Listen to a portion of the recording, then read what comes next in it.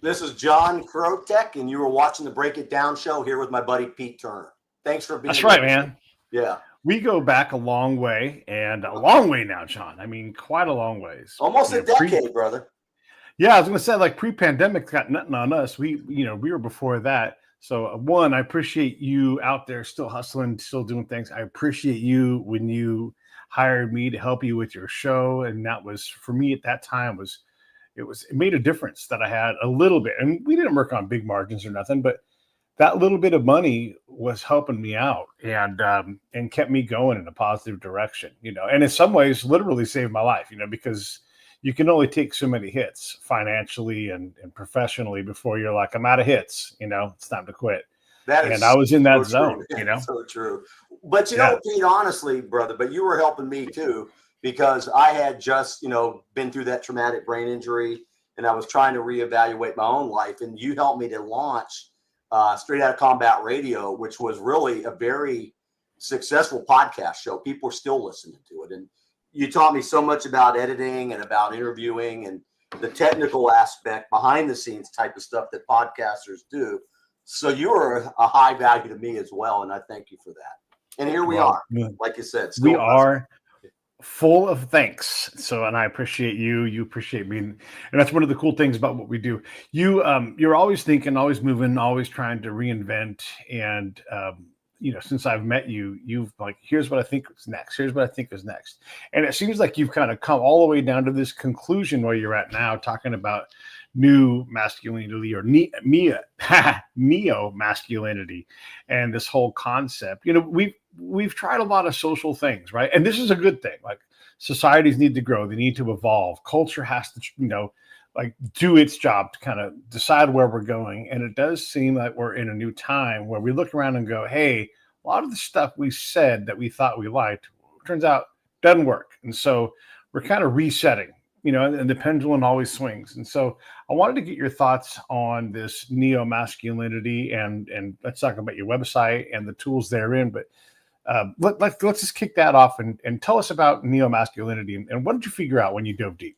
Well, thanks, Pete. I appreciate the question, man. What caught my eye a couple of years ago, and the guys that I hang out with, Vietnam veteran and some of the same people was this whole concept of toxic masculinity and what it actually meant. And when we started to do research, the social definition was a man cannot be masculine unless he accepts, quote unquote, changing social norms. In other words, you're not a real man unless you accept something that is popular at the moment. And it might not even be true, but you have to believe in a lie to be a man. So what we did is we took it a step further in this digital age. We started to look at information. And what we determined is that the largest PSYOP operation in the history of humankind has been going on for quite a while. Humans all over the planet, especially that are connected to digital tools, have been bombarded with massive amounts of information, a lot of information. And we determined that there's 6 types of information. There's probably more when you add intuition into it. But, you have reliable information, and then you have derivatives of misinformation and disinformation and noisy information, which is social media platforms, malinformation, and now the advent of artificial intelligence information. And they're disrupting families. They're disrupting and confusing and creating chaos with our intuition, which is a human trait. They are destroying critical thinking, logic, and reason. All things. Who is the they, and what is the goal of the they? Well, we've determined there's a lot of different sources. We're not going to go into conspiracy theories. We're only going to go into what we see. And when I take the spectrum of media outlets, mainstream news media and social media, and you start to connect the dots on how they're funded and financed, we have there's radicals on both sides of the spectrum, let's say. Sure, and for sure. The thing that, we've heard our entire lives, a house divided will not stand. So what we believe is going on, without throwing politics into it, we believe it is a classic West versus East PSYOP. but at a massive level. And if we can disrupt families, which is the core, our children are the future. If we can disrupt families and neuter men, then it's open season for anybody to manipulate and twist the truth and get you to believe in narratives that don't add up. So, the future of our humanity is determined by whether or not our children, and as parents, we need to protect them. There's not saber-toothed tigers or mastodons. It's now information. They need to be able to determine truth from lies. They need to be able to separate reality from fantasy, fact from fiction. And if the children cannot do those, what we used to call critical thinking, scientific method, if they can't practice those kinds of things, we are totally in deep doo-doo. And that's putting it mildly. Create disharmony between family members, people in a community, people in a country, and you are ripe for the house divided will not stand type of scenario. You and me were raised on 3 television news stations, right? We always assumed we were getting the news. Now there's 600 outlets worldwide, and it takes me about 45 seconds to listen to a narrative, and you can automatically tell where they're coming from. And if you want to take it even deeper, follow the money. Research how those programs and those shows and those platforms are funded. And then you'll see that there are some interesting manipulators out there that are disrupting families and critical thought processes all over the planet. I mean, but the difference between everybody's talking about it, Pete, come on, I don't want to say spooked, but you operated. You operated in their circle, so you know how those things work. Yeah. And absolutely. I mean, let me just jump in here. When you talk about information operations, you're trying to use, to create an affect, like trying to get an emotional response to the information you put out, getting, the Iraqis to believe in their own government, whatever it's going to be, getting troops to be scared about the upcoming fight against your force. There's all kinds of history of what psyops do. And then for sure, that's more in the black arts, like where spying, like I do, or that for sure. Like you want to flood the space with information, even if it's to create doubt. If we're going the wrong direction. I know right now there is a conversation about this horrible attack in Colorado. And is the perpetrator of the attack, is he a false flag from Israel? Is he not even really the right person? Is he misidentified? Is he an Egyptian national? Is he allowed to be here illegally? Or is he here? You can find stories about every aspect of this, and most of it is bullshit, right? And so one thing I've done for a long time, it's not that Pete's better than anybody else, just I don't watch the news because it's the bullshit. And we know for a fact that news editors now look for what will get clicks. Not all news is like this, but very much so, that if you can get engagement, and we know that rage engagement sells things, it draws eyes. And so now you're selling ads based upon rage. And so you spin the narrative you want. I know right now for sure, if I use Bing, it's my search engine. And if I go into their news part of the portal, the MSN side of things, it all leans heavily left. And it's apparent right away that you do that. I don't care. There's left-leaning people, go read that news. And if I want to, I can go to other news portals and I can get the right side, especially around Fox News. And I'll get told something that I want to believe.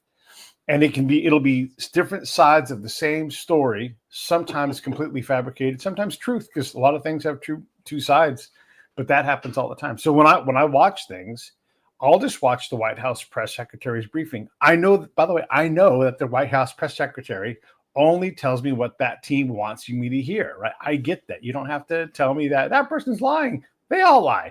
That's their job, right? But I watch the person talking and I hear the words they say out of their mouth, and hopefully that's all legitimate, because even that's becoming a questionable thing. But the other day when Robert Kennedy Jr., the Secretary of Health, was talking, I want to hear what he says. I don't want to hear what anybody else has to say about what he says, because then I can go back and I can grab experts and I can say, what do you think about this? And guess what? They're going to disagree. So we are all pushing through this mud of disagreement. I want to say one more thing about what you're talking about with masculinity. All of this is an exchange of power, whether it's equality or equity or anything along those lines. Somebody wants more power than the other person has, whether they perceive to have it or they don't have it. That's all this is about. And so, like, I don't feel very powerful. I don't try to be very powerful. I try to be my person and not worry about these things. And so really, most of that is unimportant to me. If I make enough money to survive, I'm good. And I'll go from there. And I do my best to not step on people's toes. But some people, they want more, or they've been, we all have to fight a dragon, John, and kill the dragon. And it's not easy, right? We all have to do these things. And so if you see someone else who's already defeated their dragon and they're doing better than you, we tend to want to take that person and bring them back to the pack, because we don't like success as a group, and we want to see people be miserable with us. And I'm not going to, at my best, I'm not going to play that game. And it is a game. Misery loves company. It's another thing that we've heard of, but the things that you just said and touched upon, are true, because what's interesting with this, even though we're in this kind of setup, is that I've met you personally and we have chatted together about issues. So I could, without a doubt, say the things that Pete Turner will tell you are true. He can be trusted. And I know that when I was, as a kid coming along in 7th grade science class, I was thinking about that class the other day, where it's the first time that I really picked up on scientific method, what it really meant. Here I am, a 7th grader, being taught the scientific method. And, experimentation and finding out things for yourself. And people don't do that now. We call it intellectual laziness. They go online and, some of the very popular clickbaits and things like that, people getting their news, it's all totally corrupted and not true. And some of these platforms have even censored and canceled me. I'm not going to name any because it doesn't matter. So right. I know that true information, reliable information, is not getting out there to some of my audiences. I'm not going to blame it on an administration. I'm not going to blame it on a specific country. All I can tell you is that cancellations and, what was it called? Cancel culture. Somebody says something we don't believe or doesn't follow our popular narrative, then I don't want anything to do with you. I mean, I'm witnessing, we're all witnessing people that we've had great respect for our entire lives saying things that are just not true. One of my favorite bands from Ireland who sang the song Sunday, Bloody Sunday, their front man just told a blatant lie. A guy that he was like, rock and roll king. So, and he's just one of many. We're not going to get into that. But what we've added, not only we can get into a little bit because my favorite band, and I watched Bono on Joe Rogan. Okay, and you said it. Yeah, no, I don't mind saying it because it's true, right? So Bono got things wrong about AIDS. He also he's very good at being in the middle, and I believe in all that stuff and trying to figure it out. Does he lean left? Yeah, that's fine though. We want our artists to lean left. They're kind of brutal when they lean. That's to the right. what creative fundamental people do. So yeah.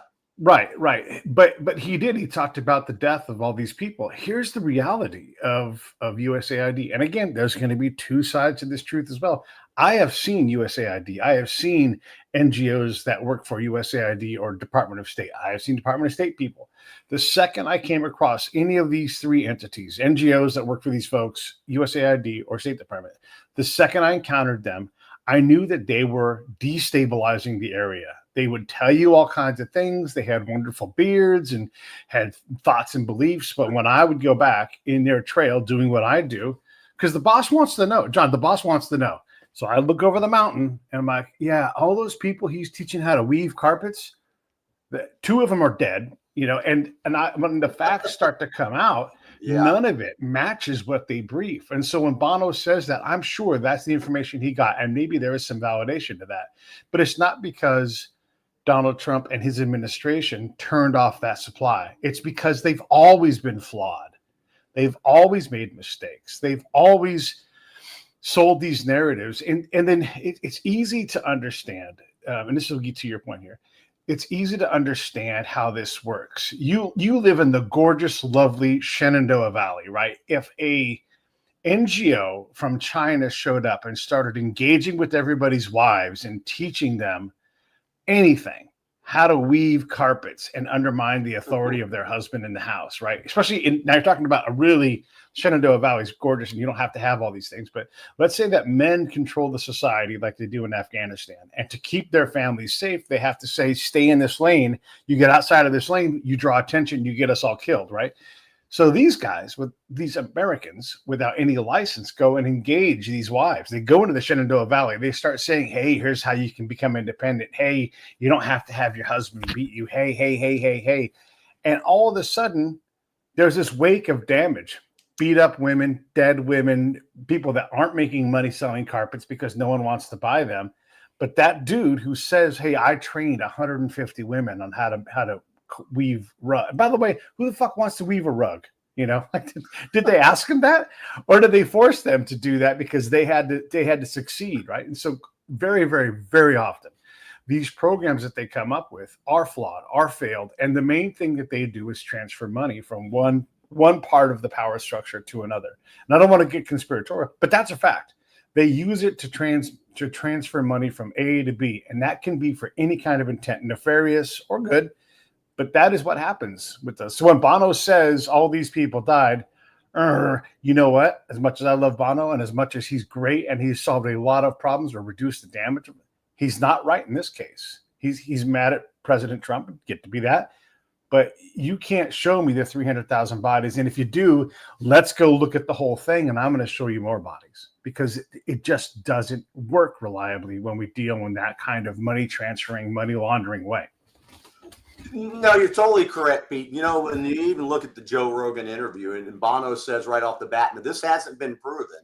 And then he goes on to say a fact that he believes. And, you know, a part of a practice that I've been doing, not to be reactionary or less reactionary, is I remember a scene in The Wizard of Oz right before the Scarecrow does his dance, right? And Dorothy, she asked the Scarecrow, well, what would you do if you actually had a brain? And I was thinking, I would use it and I would think. So when I see things or I hear things like that, and so many people that I admire have just said the most ridiculous things that can't be backed up by facts, I go back to that Wizard of Oz and I would like to be Dorothy. Well, not really, but I would like to be Dorothy, and I would like to ask Bono, hey, what would you do if you actually had a brain? And what I'm implying is, well, certainly I would use it. And all I'm saying is, before we say anything that we know may or may not, anything, even if it's truthful, you better be able to back it up.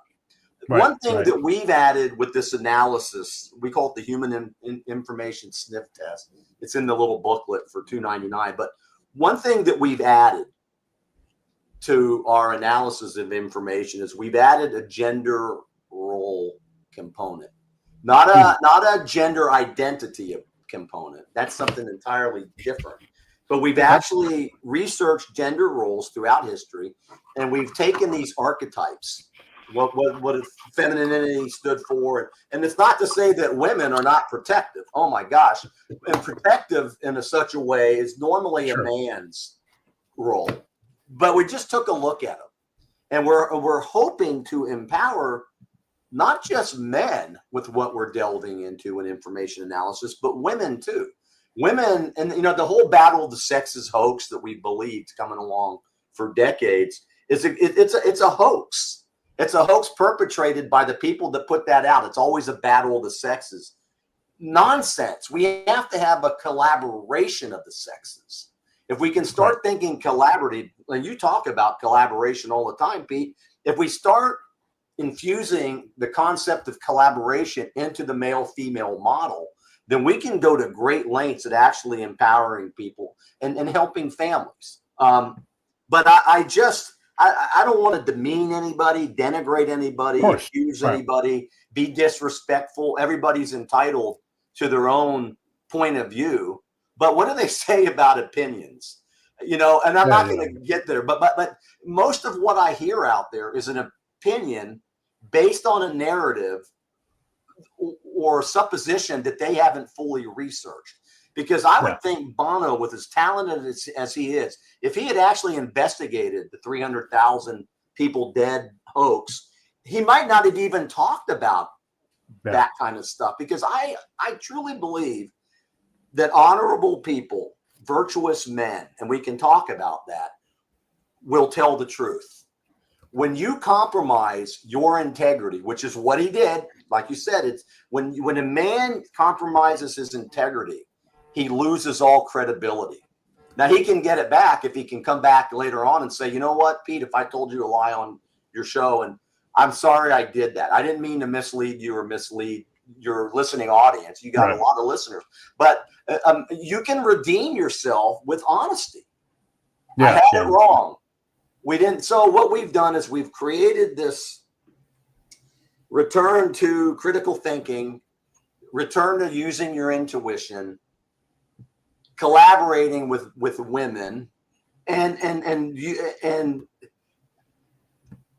giving you the ability and the tools to be able to analyze information in a slow and methodical way that can allow you to empower yourself, but also to live by the honor that men need to have. Once that honor's been broken and a man's been emasculated, it's said to be toxic, then you've gone to great lengths to put doubt in the minds of what his role actually is. Now, I know it sounds deep. It's not that deep. All I'm saying really is use your gray matter. Use your brain. It's the most magnificent tool in the human arsenal, the use of your brain. And right now, there's a lot of people not using their brains. And it's evident. The more aware you become, the more we see it. And people that I still love and cherish have made some of the most ridiculous claims in my own circle. It's like you can't even talk to them because they're so angry and they're so corrupted in their mindset. It's sad. It's really sad, but we hope to reverse that. You know, it's funny. I can say these words and they'll be true because, you know, I do my best to be pretty honest. President Trump is not my cup of tea. I don't care for the man, right? I can say that. And then I'll say something legitimate like, I'm in an email group with some very well-credentialed people. Some of them have ambassador in front of their names. And these very credentialed people will say, I think President Trump is a Russian asset. Now, in this group, I can look around and go, I've run assets. He's not an asset. I mean, maybe I'm wrong about that. But they are so convinced from this repeated narrative that there's no way that they think anything else is true. And so I'll take my time to try to take it down back. Listen, if he is an asset, he's not a very good one. He's going to do what he wants to do. And then I'll throw in some cagey things like, let us not forget, you know, and then all that kind of thing. But these are highly credentialed, very, very relevant people in the foreign policy world. And I'm not trying to knock them because there's things that I believe that are wrong too. I just know it. I don't know what they are because I'm too much of an arrogant dick to admit when I'm wrong, right? But he's not an asset. He's not a Russian asset. He's just not. You know, is he trying to reduce the harm that's happening in the world? Yeah. Does he get to because he's elected president? Yes. And whether I like him or not, he gets to do this. He gets to hire who he wants. He gets to put him in front of Congress. They can say yes, no. And that's just the deal, you know, like doesn't mean, but that will turn into, oh, I'm a Trumper. But I'm not. I just started this whole thing by saying I'm not against people that like Trump. I'm not against people that hate Trump. I just have better things to worry about than who the president is, because what am I going to do about it? You know, like if any president called me and said, Pete, I want your help in a way that I could help, I'm going to say yes, because the boss needs my help. Doesn't matter to me. And for whatever reason, that position to say, hey, look, the Russian agent asset thing, it's just not true. And if it is true, where are you getting that from? Oh, well, he once did a deal with Putin. Yeah, he does deals all the time with all kinds of international people. That doesn't make him an asset. That would make him an asset of the governor of New York. It would make him an asset of you know, and all these international organizations he's done deals with. So we can't get so wound up in our side's narrative that we can't even consider the other side's narrative. It's not comfortable to do, but that is our responsibility as a nation. You know, everything you said is true. And, you know, he's not my cup of tea either. You know, the personality is very abrasive, but the reality is I don't have any proof either way. And I would be just like you. If you're an ambassador and you say he's a Russian asset, tell me how you know that. Show me the bank accounts. Show me. I wouldn't even want to go to bank accounts connected to foreign nationals. We won't go there because it's irrelevant. It doesn't matter. But you know what? You can never underestimate the value of an initial perception. Like if you came to me and you said, John, Trump's a Russian asset. And I go, I don't know, man. Something, by now you would think after all of his years in business or in politics that somebody would come up with some proof, right? That that's true. Yeah. And they tried with a computer that they said never existed, but it did. Right. So anyhow, so that, all we're saying, thank you, Richard. I just saw a comment. Richard is the man. Yeah. He's doing some great things with people and we love him. Yeah, we sure do.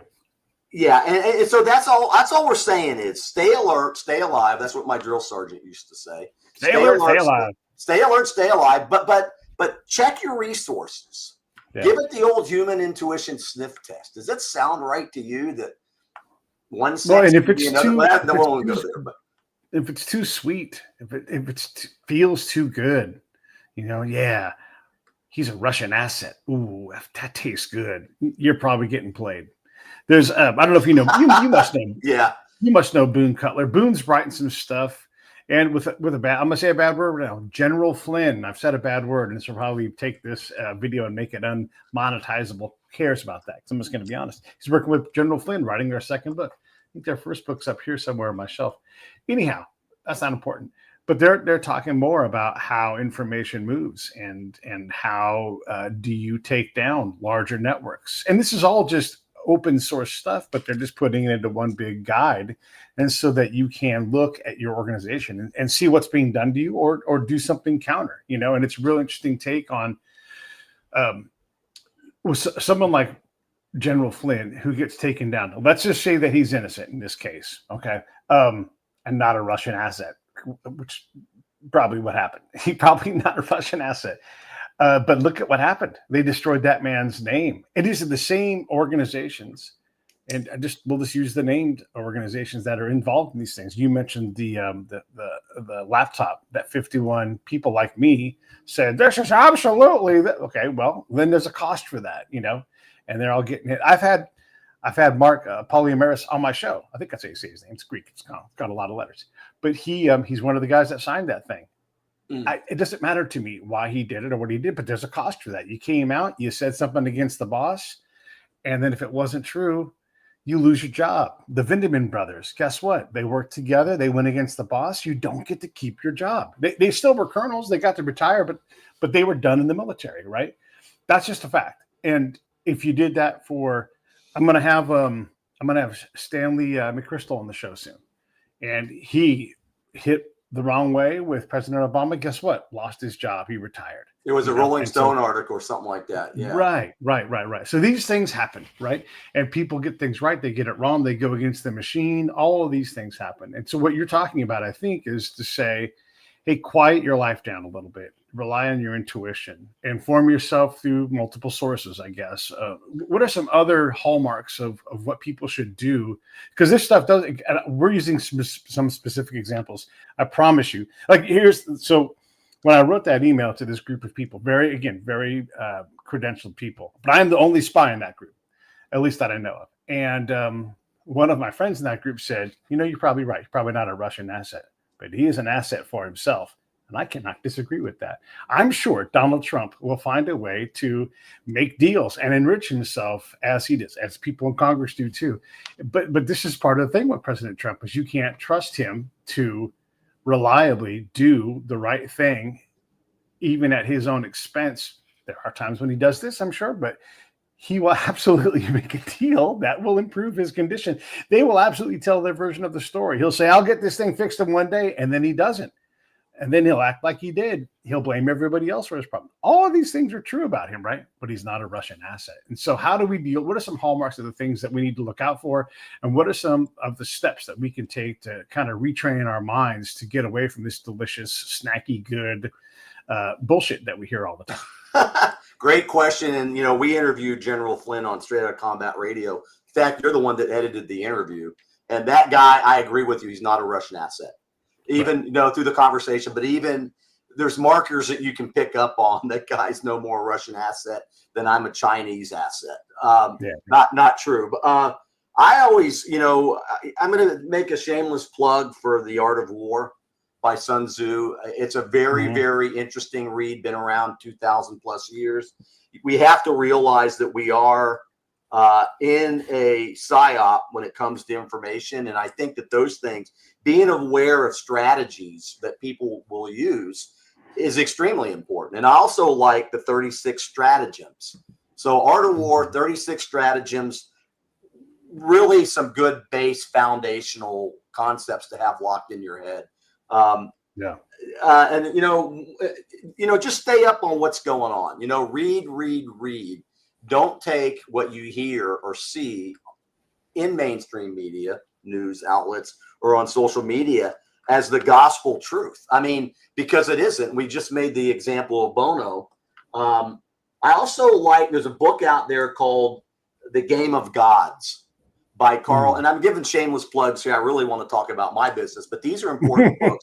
You asked the question, but The Game of Gods by Carl Teichrieb, I think that's how you say it. Excellent book.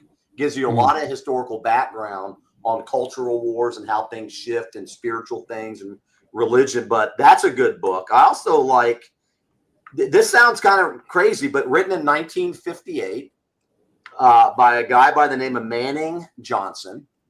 The book is called Color, Communism, and Common Sense. And Manning Johnson was a Black American who was a member of the American Communist Party for over a decade. And his book is chilling because everything that we that I've read in that book has been coming true.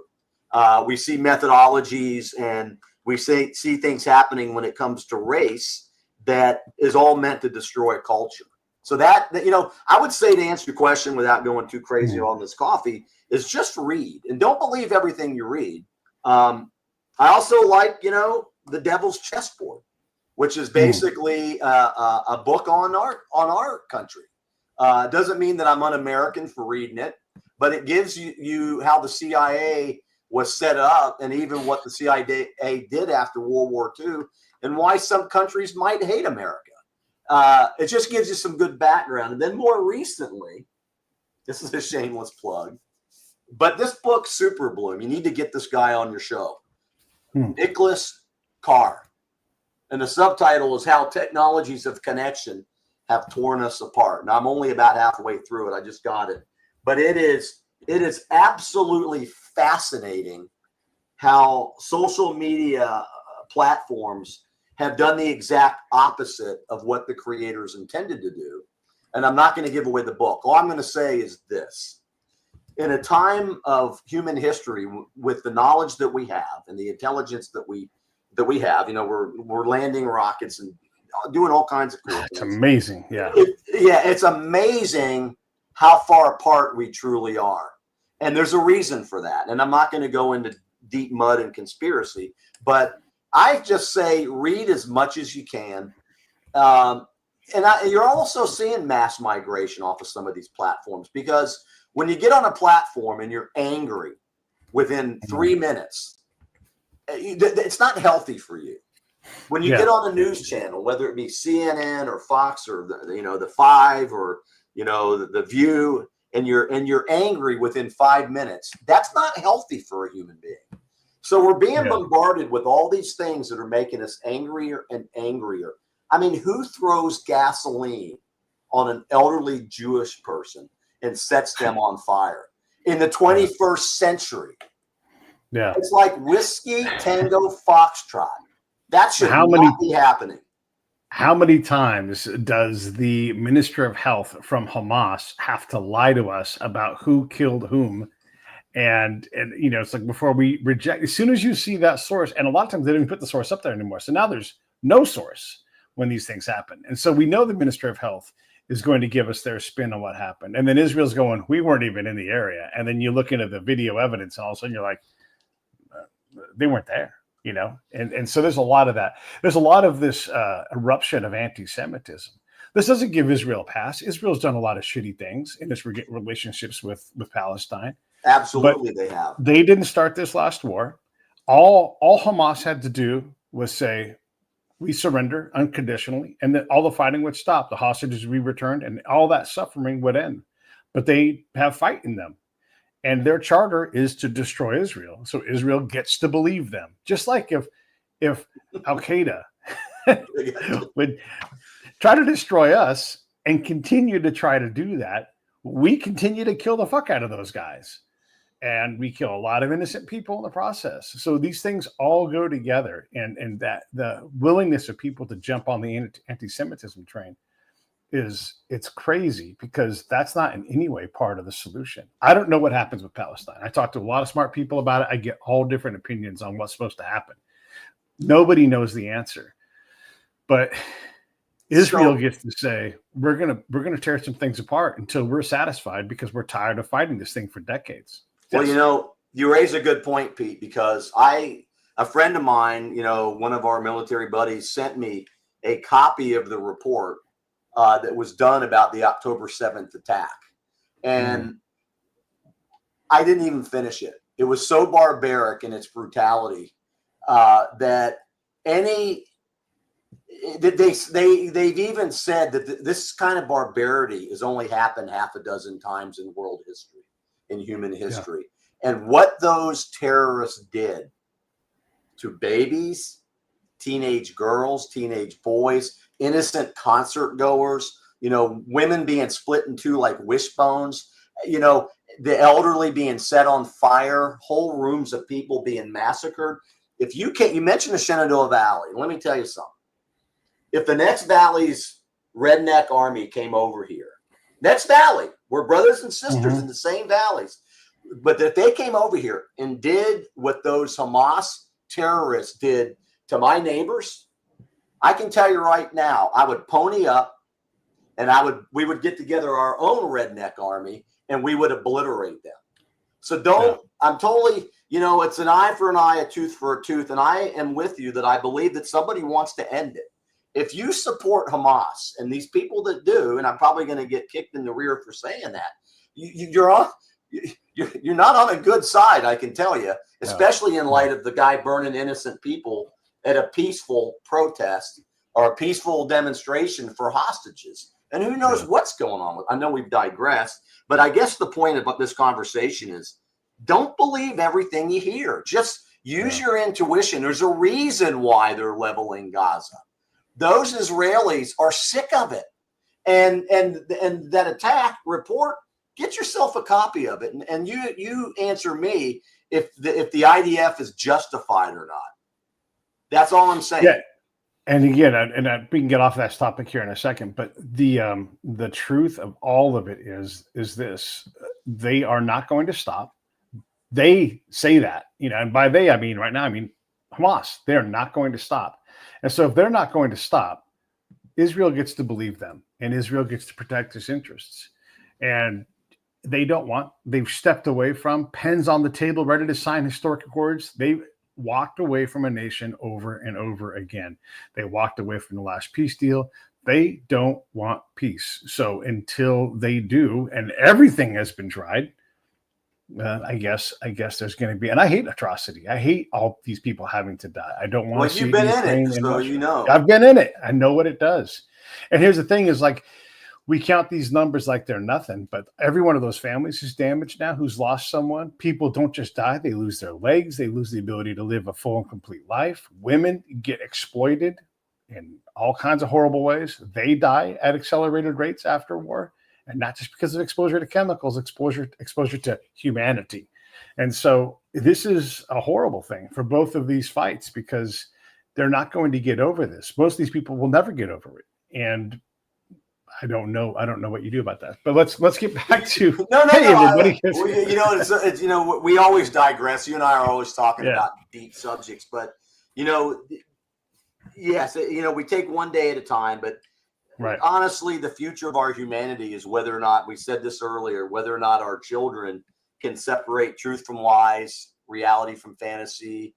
And we as parents, we need to protect our children from threats, and also women. We need to protect our families. The men and the women need to work together. So, what we want to do, and some of the things that we put together. There's a small visit NeoMasculinity.solutions. You got it up there.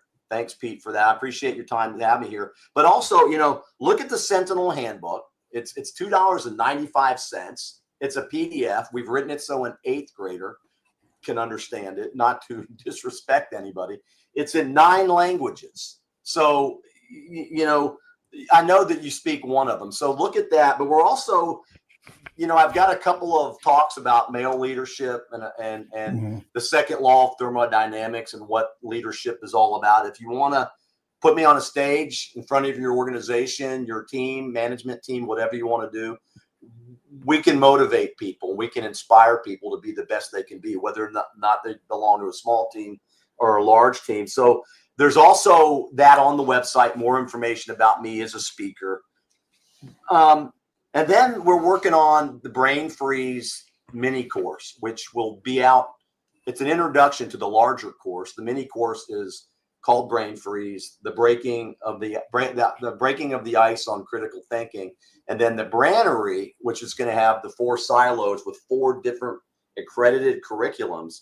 We teach brains, not grains. Those are going to be a reignition of critical thinking, an empowerment of masculinity and femininity, and actual tools that can be used that you can learn from in a curriculum that can help you to improve your lives and the lives of those around you. The world right now, Pete, as we pointed out with some of these devastating things that are taking place, we need to step up, guys. We need to step up. And the old adage, reach down and grab them. We need to be men. We're not toxic. Toxicity is the last thing. A true warrior raises the spear as a last resort. Real men will do everything they can do to avoid that. The person that's quick on the draw with a knife or a sword, the guy is overreactive. Heck, he might take somebody out that didn't deserve to be taken out. Right. We need to be smarter men. We need to return to logic and reason and thinking before we react and support and say stupid things like 300,000 people are dead when we have no evidence whatsoever. Bono, if you're listening, come on, brother, you're better than that. That's all I'm saying. Yeah, and I've got a 7-day trial for Apple TV because I wanted to see his movie, right? And I love Bono.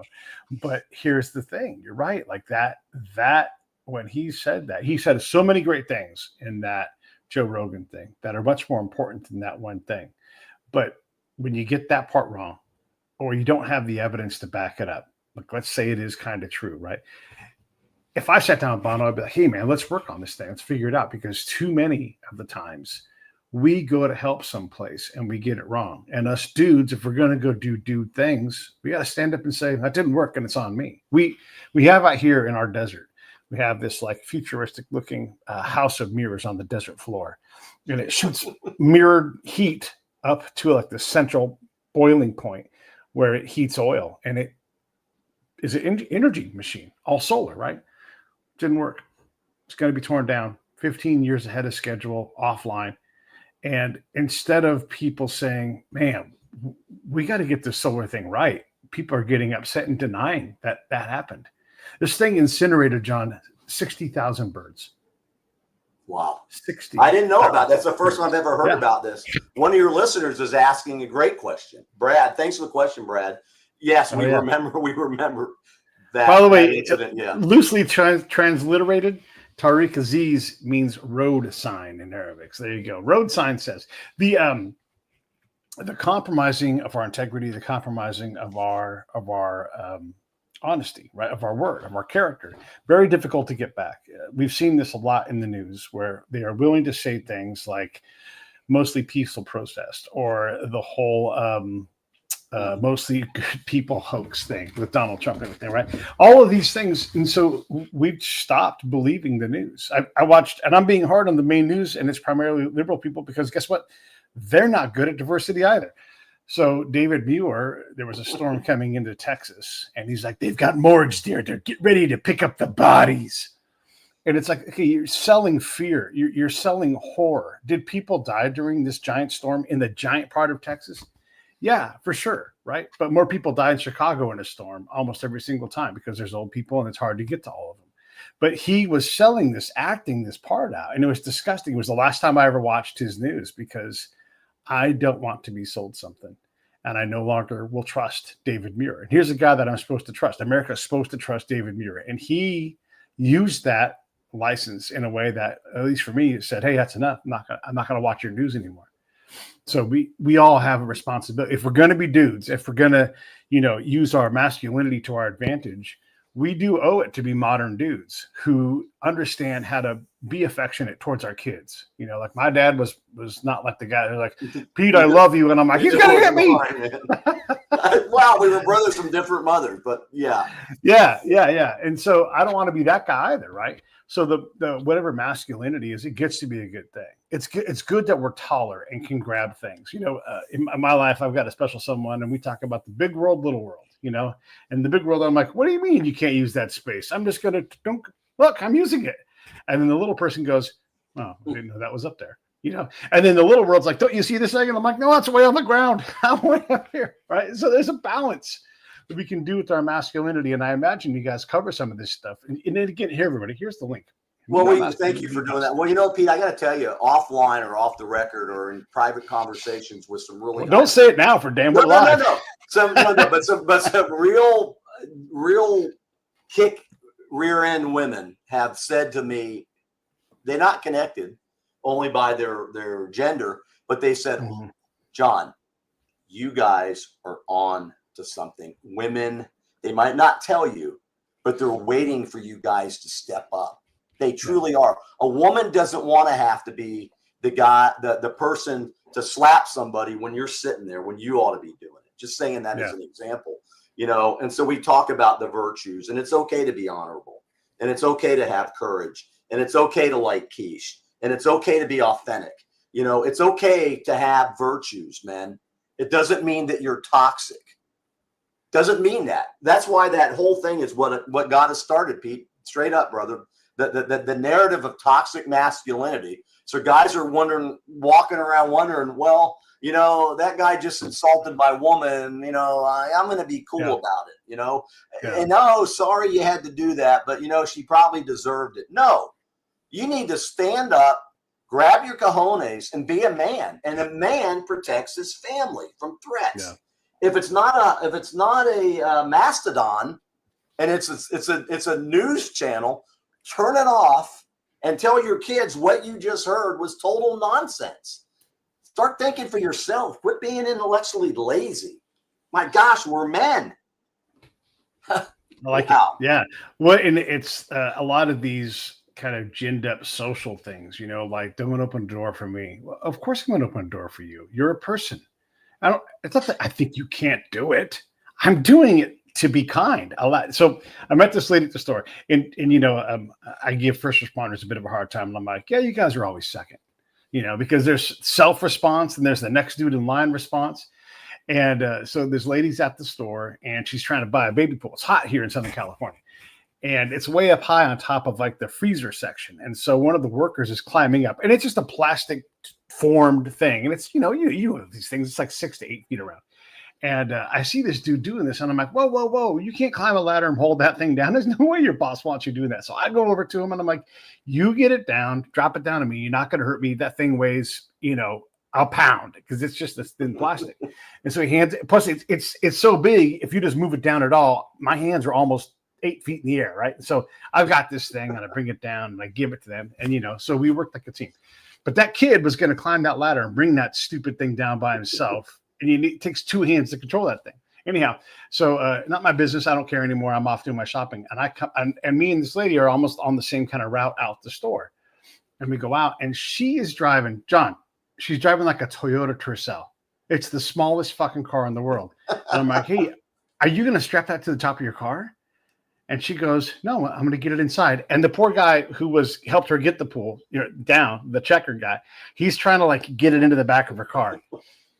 It does. It's just for everybody watching. This is formed plastic. It might go in there, but it'll never come out in a usable shape anymore. Like, it's just no way. It doesn't belong inside of a tiny car.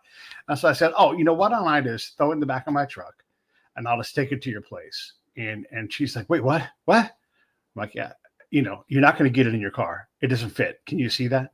It's not going to fit. You're not going to attach it to the top. I can give you some rope and attach it to the top. She's like, no, I don't want to put it on top of my car. I'm like, well, then let me just take it to your house for you, And she's like, well, I live over here. And I'm like, yeah, that's the opposite direction for me, but it's like 5 minutes to your house. And then it'll be 10 minutes to mine. It's not that big of a deal. And so she's like, you're not going to kill me, are you? And I'm like, Jesus Christ, lady. I'm just. It's just a nicety. Come on. Yeah. Like, don't feel threatened. I won't even get out of my truck. You can haul it out of the truck. I'm just going to take it. I don't need to know where you live. We'll just go to wherever, somewhere close. You can drag it to my city. I'm trying to help you, And so I follow her to her place. She lives in a complex. And so I'm like, hey, do you want me to bring it? She's like, just here onto the walkway. And I'm like, all right. And then, that's how they got people all scared up. They're getting people living in fear. I know. But you reminded me of something, another shameless shout out for somebody's book that was written 60 years ago. It's called, I'll tell you first, I was 18 years old, my first year in college. I'm taking all my business courses. I'm a Seminole. And the female teacher, as part of her required reading for the class, is a book called Amy Vanderbilt's Book of Etiquette. Now, it was a co-ed class, and I'm thinking to myself, come on, in a marketing class, I'm going to read Amy Vanderbilt's Book of Etiquette. So I did. I was a good trooper, good student.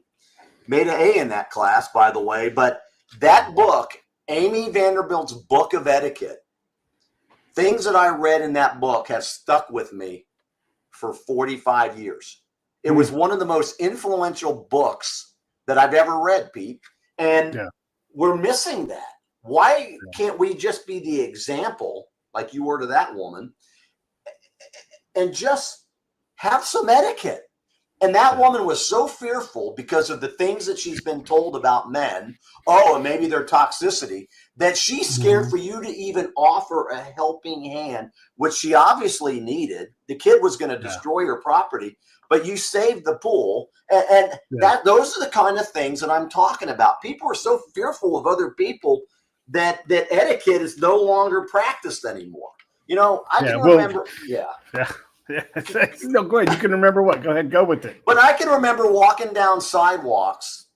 Hey, how's it going? Hello. A simple human nicety that we learned back in the caveman days. A sign of we're friendlies. Yeah. And people will turn away with you. The most basic nicety of a human interaction, people ignore. Yeah. There's more of us than them. And I keep wanting to believe that. There's more virtuous guys in our circles of influence than there are with the guys that don't do those things. And I can say is, let's not be so overreactive. Not just to the men, but to the women too. A guy offering to help you is not going to take you home, get inside your apartment, use your intuition. Does Pete look like it? Well, all I'm saying is use your intuition. Not everybody is a dastardly psycho killer. He just wanted to help. Right. Yeah, you're just trying to help. And not every encounter with a man is part of a Lifetime movie. You're not in a Lifetime movie. You're in real life. And you're a single mom and you need some help. It's all right. It's all right to take some help. And I guarantee you, if her situation was a little bit worse, she would be desperate for that help. And it doesn't have to be a dude. It can be anybody. So again, I recall, first responder Pete, me and my special someone, we like to be the first responders because we respond first. There's a lady and her car was broken down. Big intersection. She's in the far left turn lane. That's a big intersection, multi-turn left lane. And she's trying to jam her stupid California. We have these ridiculous gas cans here in California that are designed to save the earth. And what they do is cause you to spill more gas on the ground. So because they suck at putting gas in the car. That's what they suck at doing. And so, yes, when it's sitting inert, it doesn't vape off a lot of gas, but as soon as you try to use it to put gas in the car, game over. So she's like, "Rawr, rawr." And I go up to her, I'm like, hey, calm down. You need to put gas in this car? She's like, yeah. Okay, cool. Let's make sure the car starts first because she doesn't know all these things, right? And so I know how to operate one of these things because I've screened at them long enough that I can tame the gas thing. And so I override it with my power because I'm a dude, and I pour the gas into her car. And I'm like, can you get it to start? And it took a couple of tries. I'm like, just pump it, let it go. And then, and it's an older car, so I think I know what I'm doing. And then she's like, I got it. And I'm like, go right to that gas station. Don't go anywhere else because you're never out of gas. And so I saved the day. She was desperate for someone to help her, because it's dangerous to be in an intersection like that. And before any kind of help, by the way, help was coming about a minute after me. You could see the fire engine coming down the street because you have someone in this bad spot. We're all desperate for help when we need it. It's just, if it comes before then and it's just a kind gesture, let it be kind. Not everybody's there just aren't enough murders for all the murders that happen on Lifetime. They're just not. No, there isn't. And the thing too is that you just mentioned it, Pete, and it's so true. We do all need help.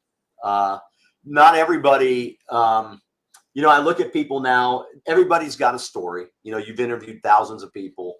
And sometimes we just need to take a deep breath to find some commonality. Let's just say you like the San Francisco 49ers. And I like the one Virginia. What do they have here? The Generals, or let's just say the Tampa Bay Buccaneers. And you and I, as men, we could bump chests and come to fisticuffs over a play in a game from 20 years ago. And in our blindness and in our rage, because we're such diehard fans for our team, we miss the fact that we both love the sport of American football. Of course. And how many times do we get misaligned because we once we get into that rage state, or that my way is the best way, and you've got to believe this, if we just were to let down our guards a little bit and be a little bit more open-minded and try to understand where that person's coming from, I guarantee it, they probably have more in common with you than not. And that's what we don't see a lot of today either. People that I've admired are unwilling to even compromise in opening their ears. Well, you're giving me some good information, John.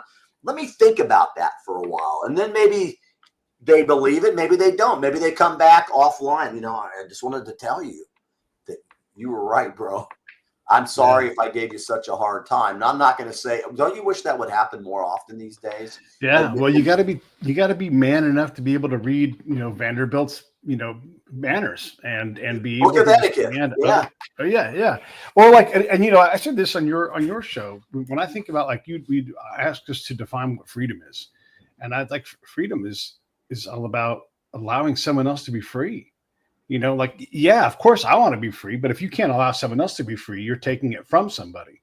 And so, if your freedom is telling people that men are toxic, okay, great, you get to do that. But I also get to go do what I'm going to do. And we're way more in charge. And for whatever reason, there is a group of us that always need permission to do things. And it's like, no, you don't. You don't. Just go do it. If you're not harming someone and you're not breaking an obvious law, then go do it. You don't need permission to wear a certain hairstyle. You don't need permission to wear a certain kind of clothes. You can do whatever you want. I may not care for it, but that doesn't matter. You get to do it. And I get to live in the same world as you and be like, hey, whatever. They're saying something that's crazy. They're an anti-Semite. All right, great. I'm not going to, support your cause, but I support your right to espouse it. You get to say all the hateful, evil shit you want. The second you put that Molotov cocktail in your hand, now you're a tackling dummy. And you're going to get pounded. Because we have to look out for one another. Now you're stepping over the line. That's so true, Pete. And you remember that show because we asked 137 combat veterans, if you will. I actually had one person who wasn't a combat veteran. His dad was actually a Holocaust survivor.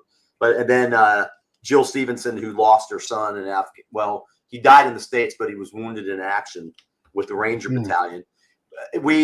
I asked that question 137 times. What does freedom mean to you? And I got 137 different answers. Sure. And that was the beauty. That is the beauty of freedom, is our ability to let go and to let people live their lives as well. And you're so totally right, Pete.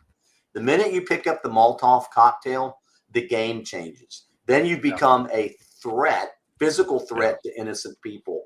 And that just cannot stand when we look at the laws of the universe, let alone the human laws. And that will come back to bite you every time, that level of violence. And you know what? It is horrific, the way that Gaza's been leveled. But how many years does it take to push those people out that are like you said, they don't want peace? How many people does it take to be killed before you finally get the message? If they attack the Shenandoah Valley, I'd be the first one to put together a battalion of people to we call it the karmic army. Karma has a way of coming back around, and it's taken me a while. I'm not going to say I'm Johnny Saint. I'm not a saint, probably more of a broken angel, but I've learned my lessons. My life is not your life. My life is not anybody else's life, but I'm learning the lessons that I have to live to be the best person I can be. And even you giving me this time, Pete, and having this lively conversation,